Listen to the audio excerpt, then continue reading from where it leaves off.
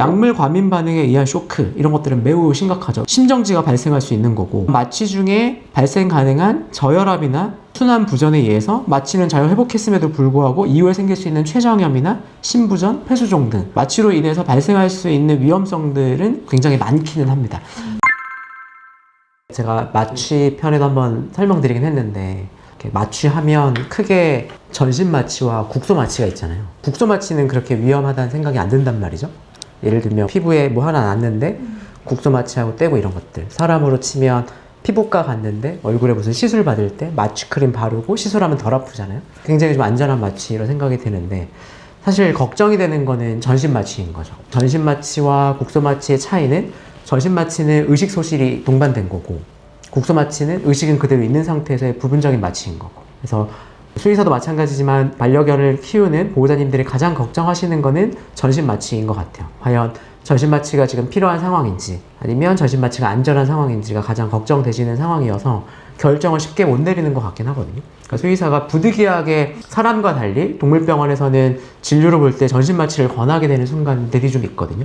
근데 보호자님들께서 그 검사나 치료의 필요성이 충분히 타당함에도 불구하고 꺼려 하시는 이유가 전신 마취가 좀 위험하지 않을까, 마취 중에 아이가 잘못되지 않을까 하는 마음에서 좀 꺼려 하시는 것 같습니다. 근데 사실은 전신 마취가 100% 안전하다라고 볼 수는 없지만, 마취를 해야 되는 상황이 지연되는 게 더 위험한 상황을 유발할 수도 있는 상황이 있거든요. 대표적으로 치아 상태가 좀 안 좋아서 치과 진료를 받아야 하는데, 전신 마취 때문에 치과 진료를 받지 않은 상황으로 오랫동안 시간이 지나가면 한두 개의 치아만 진료를 받았으면 됐던 상황이 더 악화가 되어서 전체적인 치아가 다 안 좋아지고, 그런 경우에는 이제 턱뼈까지 약해져서 병적 골절이라고 하는, 일상생활에서는 부러지면 안 되는 턱뼈가 가벼운 외상에 의해서 부러져서 병원에 오는 경우가 있어요. 대표적인 마취를 꺼려해서 생기는 더 안 좋은 상황이 유발된 사례라고 볼 수 있고요. 또 하나 대표적인 사례는, 이제 몸에 혹이 생겨서 검사나 치료를 하기 위해서 마취가 좀 필요한데, 보호자님께서 마취가 걱정이 되어서 진행을 하지 못했을 경우에 나중에는 그 혹이 점점 더 커져서 문제가 되는 경우, 대표적으로 유선종양이 생겼는데 유선종양을 떼어내는 수술을 하기 위해서는 전신 마취가 필요하거든요. 근데 그 마취에 대한 위험성 때문에 선택을 하지 않았던 환자에서 시간이 지나고 나서 그 유선종양이 알고 보니 악성종양이었고, 이 악성종양이 폐로 전이가 돼서 오는 경우도 있거든요. 마취의 위험성을 너무 크게 생각해서 마취를 연기했다가 상황이 더 안 좋아지는 대표적인 안타까운 상황이라고 볼 수 있습니다. 그럼 마취가 왜 필요한지, 마취가 필요한 이유를 크게 한 4가지 정도가 있을 수 있거든요. 첫 번째는 말씀드렸다시피 움직이지 않기 위해서예요. 그래서 정확한 검사나 처치를 위해서 아이가 움직이면 안 되는데, 사람이라면 짧은 시간 동안 안내를 통해서 움직이지 않을 수 있는데, 동물들은 그런 안내를 하기가 어렵기 때문에 아이들이 지속적으로 움직이기 때문에 움직임을 제어하기 위해서 마취가 필요합니다. 두 번째는 사람과 비슷한 상황인데 통증을 차단하기 위해서 마취가 필요합니다. 대표적으로 치과 진료나 개복 수술이나 중성화 수술 이런 것들을 할 때 통증이 수반되기 때문에 당연히 전신 마취가 필요합니다. 세 번째는 공포를 감소시키기 위해서도 필요하거든요. 경우에 따라서는 보호자님들께서 마취가 너무 위험하기 때문에 아이를 그냥 붙잡고 하면 안 되는지, 대표적으로 CT 검사를 할 때 아이를 그냥 꽉 잡고 하면 안 되는지, 아니면 스케일링을 할 때 강하게 제압을 하고 마취를 하면 안 되는지, 이런 것들을 문의하시는 경우가 있거든요. 근데 이러면 안 되는 이유가 다양하게 존재하지만 그 이유 중에 하나는 공포심이 생길 수 있기 때문에 그래요. 한 번이라도 낯선 환경과 수술 기구로 인해서 공포심이 발생을 하게 되면 이후부터는 진료에 대한 수용도가 점점 더 떨어지기 때문에 앞으로의 진료나 검사 과정들이 훨씬 더 위험하고 어려워지게 됩니다.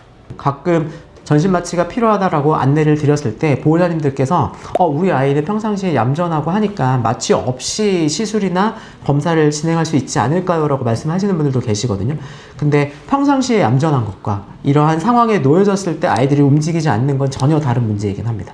그래서 보호자님이 안 계실 때 아이가 갑자기 낯선 환경에서 소리를 지르거나 움직이거나 몸을 비틀거나 뛰어내리거나 하는 등의 사고가 날 수 있기 때문에 평상시에 아이가 얌전하다고 해서 전신 마취를 피할 수 있는 것은 아닙니다. 그리고 4번째는 정확한 시술을 하기 위해서입니다. 신속하고 정밀하게 검사하고 수술 또는 시술을 하기 위해서는 전신 마취가 필요한 경우들이 있습니다. 마취하다가 사고가 나는 경우는 어떤 경우예요? 실제로 저희 병원에 사용하는 마취 동의서 양식을 보면 마취 중에 발생할 수 있는 예상 가능한 후유증 및 부작용에 대한 안내를 드리거든요. 첫 번째는 저혈압이나 저체온, 고체온, 두 번째는 약물 과민 반응에 의한 쇼크, 세 번째, 순환부전에 의한 쇼크. 네 번째, 췌장염, 심부전 및 폐수종. 다섯 번째, 기저질환 발현 및 현증의 악화. 여섯 번째, 삽관이 필요할 시 기도 자극에 의한 일시적인 기침 발생 가능이라고 나와 있거든요. 일시적인 기침 발생 가능과 같은 미약한 증상도 있긴 하지만 약물 과민 반응에 의한 쇼크 이런 것들은 매우 심각하죠. 위험하고 실제로 심정지가 발생할 수 있는 거고, 순환 부전에 의한 쇼크 혹은 이러한 마취 중에 발생 가능한 저혈압이나 순환 부전에 의해서 마취는 잘 회복했음에도 불구하고 이후에 생길 수 있는 췌장염이나 심부전, 폐수종 등 마취로 인해서 발생할 수 있는 위험성들은 굉장히 많기는 합니다. 다만 중요한 거는 이러한 마취 후에 발생할 수 있는 후유증의 발생 확률이 매우 높느냐, 그거는 아니다라는 거죠. 특히나 이러한 위험성이 나타날 수 있는 확률은 모든 환자에서 똑같은 게 아니라 마취 전에 저희가 꼼꼼히 검사를 하는 이유이기도 한데, 건강한 아이들에서는 마취로 인한 사망률이 그렇게 높지는 않아요. 실제로 관련된 통계나 논문을 한번 보여드리면, 영국에서 진행이 된 대규모의 전형적인 연구이긴 하거든요. 실제로 많은 N수가 포함이 되어 있어요. 뭐 강아지 같은 경우에는 98,036마리, 고양이 같은 경우에는 79,178마리를 대상으로 마취 관련 사망 위험성을 분석한, 수의 쪽에서는 신뢰도가 굉장히 높은 연구이긴 합니다. 강아지와 고양이, 토끼를 대상으로 연구를 했고요. 전체 강아지 N수를 보면 98,036마리예요. 근데 그 중에서 실제로 마취와 관련된 것 때문에 사망한 아이가 약 163마리. 그러니까 약 0.17%였거든요. 근데 이러한 강아지의 군을 크게 두 가지 군, 건강한 아이와 아팠던 아이로 구별을 한다면, 실제로 건강한 아이에서 마취 때문에 사망한 확률은 0.05%로 매우 낮습니다. 그러면 건강하고 그렇지 않은 아이는 어떻게 판단을 하냐면, ASA 등급이라고 해서 신체 상태의 분류를 통해서 환자의 마취 위험도를 평가를 하게 되거든요. 건강한 아이들은 보통은 ASA 단계 1단계 또는 2단계인 거예요. 다만 ASA 단계 3단계 이상부터는, 3, 4, 5단계부터는 그 확률이 어느 정도 올라가니 이때부터는 마취를 통해서 얻을 이익이 과연 위험성보다 큰지를 판단을 잘 해보는 게 중요합니다. 동물병원에서 전신마취가 반드시 필요한 대표적인 상황 5가지 정도를 안내를 드려보도록 하겠습니다. 네, 첫 번째는 반복해서 말씀드렸던 치과 검사나 치과 진료를 받을 때이거든요. 사람에서는 치과 진료를 받을 때 보통 마취가 필요하진 않거든요. 국소 마취 정도는 할 수 있어도 대부분의 시술을, 아주 큰 수술이 아닌 이상은 전신 마취까지는 진행이 되지 않는데, 강아지에서는 치과 진료를 할 때는 대부분이 전신 마취 하에 이루어지게 됩니다. 그 이유가 치아 자체의 문제보다는 치주 질환이 많기 때문인데, 마취 없이는 치주 상태를 알기가 좀 어렵기 때문이기도 하고요. 또 하나는 이런 언어를 통해서 대화하지 않기 때문에 아이들이 마취를 하지 않았을 때 굉장히 극심한 스트레스나 공포에 노출이 될 수 있습니다.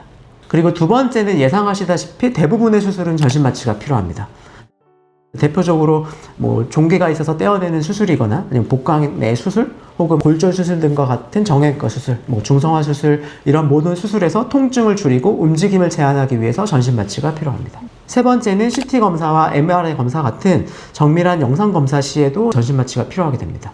치과 진료와 마찬가지로 사람에서는 전신 마취를 하지 않는데 동물에서는 꼭 전신 마취가 필요하게 되고요.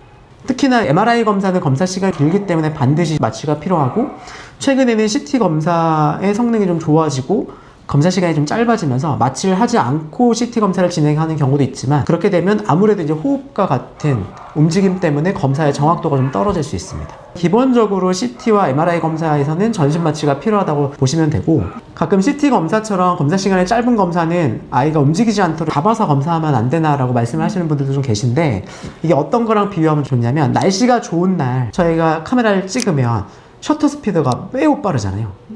그러면 사진이 굉장히 좀 잘 찍히는데, 야경을 찍을 때 인물이 있는 야경 사진을 찍으면 노출이 굉장히 긴 시간 돼야 되는데 사람이 거의 움직이지 않더라도 굉장히 좀 희미하게 나오거든요.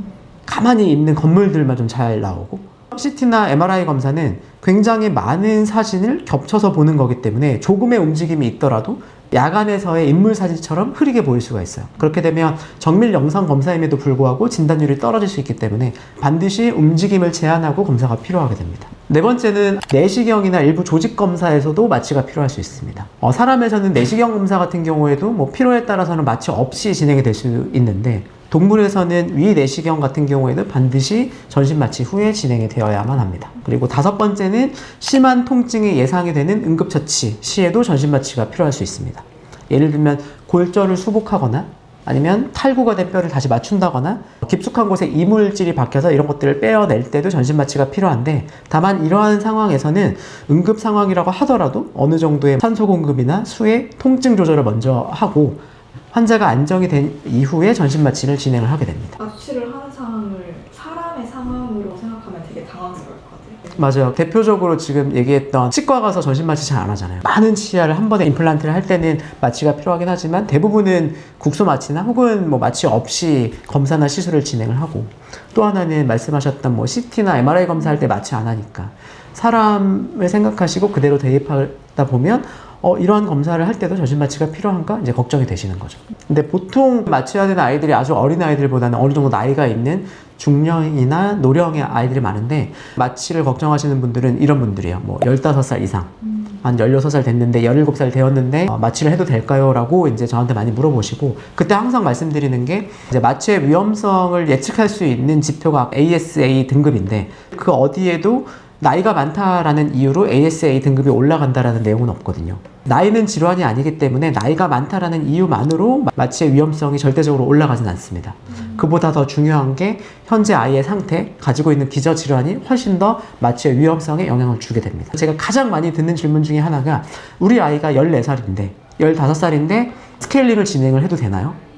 혹은 우리 아이가 나이가 많아서 아마 이번이 마지막 스케일링이 될 것 같은데, 왜냐면 마취가 위험하니까 다음번에 스케일링을 못할 것 같아요 라고 이제 보호자님께서 많이 저랑 상담을 하시거든요. 그때마다 드리는 말씀이, 아이가 1년 후에 나이가 한 살 더 들어왔다고 선치더라도 반드시 지금보다 마취의 위험성이 높지는 않을 수는 있다. 가지고 있는 질환이 잘 관리가 되고 아이의 전신 상태가 양호하다면 그때 가서 한 번 더 마취를 고민해 볼 수 있다라고 말씀을 드리는 편입니다. 그러면 나이가 마취의 위험성에 영향을 주지 않는다면 마취의 위험성에 제일 많은 영향을 주는 거는 뭐라고 생각하세요? 물론 검사 결과나 수치도 중요하지만 아이의 현재 활력을 굉장히 유심히 봐요. 제가 예상되는 정도의 자극을 주었을 때 아이의 반응성, 예를 들면 병원에 오면 긴장도 하고 호흡수도 좀 빨라지고 심장도 좀 빨리 뛰고 해야 되는데, 너무 아픈 아이들은 그런 신체 반응이 나타나질 않거든요. 근데 그런 것들이 아주 양호하게 보이고 민감하게 외부 환경에 대해서 반응을 하고 있다면 비교적 마취에 대한 위험성이 낮을 것으로 예상을 하는 편이긴 합니다. 마취를 해야 되는 상황에 맞닥뜨리면 마취를 하기 전에 마취 전 검사를 반드시 진행을 하거든요. 보호자님들께서는 이러한 검사를 왜 해야 되는지를 물어보시는 경우도 있어요. 근데 이 마취 전 검사가 중요한 이유는 ASA 등급을 나누기 위해서가 가장 중요하긴 합니다. 그러한 등급을 나누면 우리가 무엇을 할 수 있냐? 사실 마취 전 검사가 없을 때보다 마취 전 검사를 꼼꼼하게 진행하고 나서 수의사가 마취 전 검사의 결과를 가지고 있으면, 일단 첫 번째로는 지금 마취에 대한 위험성을 판단을 할 수 있기 때문에 마취에 대한 결정을 할 수가 있습니다. 그래서 지금 마취를 할지, 아니면 마취에 대한 위험성이 높으니 마취를 연기할지, 혹은 확인이 된 기저질환을 관리하고 마취를 할지, 그래서 마취에 대한 결정을 하는 데 있어서 마취 전 검사가 매우 유리하게 되고요. 또 하나는 마취를 진행하기로 결정이 되었다면 마취 전 검사의 결과를 가지고 수의사는 마취약의 종류나 용량을 결정할 수도 있습니다. 그래서 마취제를 모두 다 똑같은 거를 사용하는 것은 아니고, 심장이 안 좋은 아이들 같은 경우에는 심장에 영향을 덜 주는, 콩팥이 안 좋은 아이들 같은 경우에는 콩팥에 영향을 덜 주는, 간이 안 좋은 아이들 같은 경우는 간에 안 좋은 영향을 덜 주는 마취제를 선택을 하려고 노력할 수 있습니다. 또 하나는 아까 말씀드렸던 내용과도 연결이 되는 건데, 마취가 가능할 것으로 보이지만 더 좋은 상태에서 마취를 하기 위해서 수액이나 약물 등의 처방을 통해서 상태를 더 안정화시킨 후에 마취를 진행을 할 수도 있습니다. 그리고 또 하나는 빈혈이 있는 아이들에서는 수혈 같은 준비를 할 수도 있고요. 아니면 특정 질환이 있어서 마취를 길게 했을 때 위험할 것으로 판단되는 아이들은 조금 더 마취나 수술 시간을 단축할 수 있는 방법들을 고민할 수 있습니다. 무엇보다 가장 중요한 거는 마취 전 검사를 통해서 사전 준비를 한 이후에 마취가 들어간다고 해서 마취제만 저희가 주입을 하는 건 아니고요. 마취제를 주입을 하고 나서 환자의 상태나 반응을 면밀하게 모니터링하는 것이 중요합니다.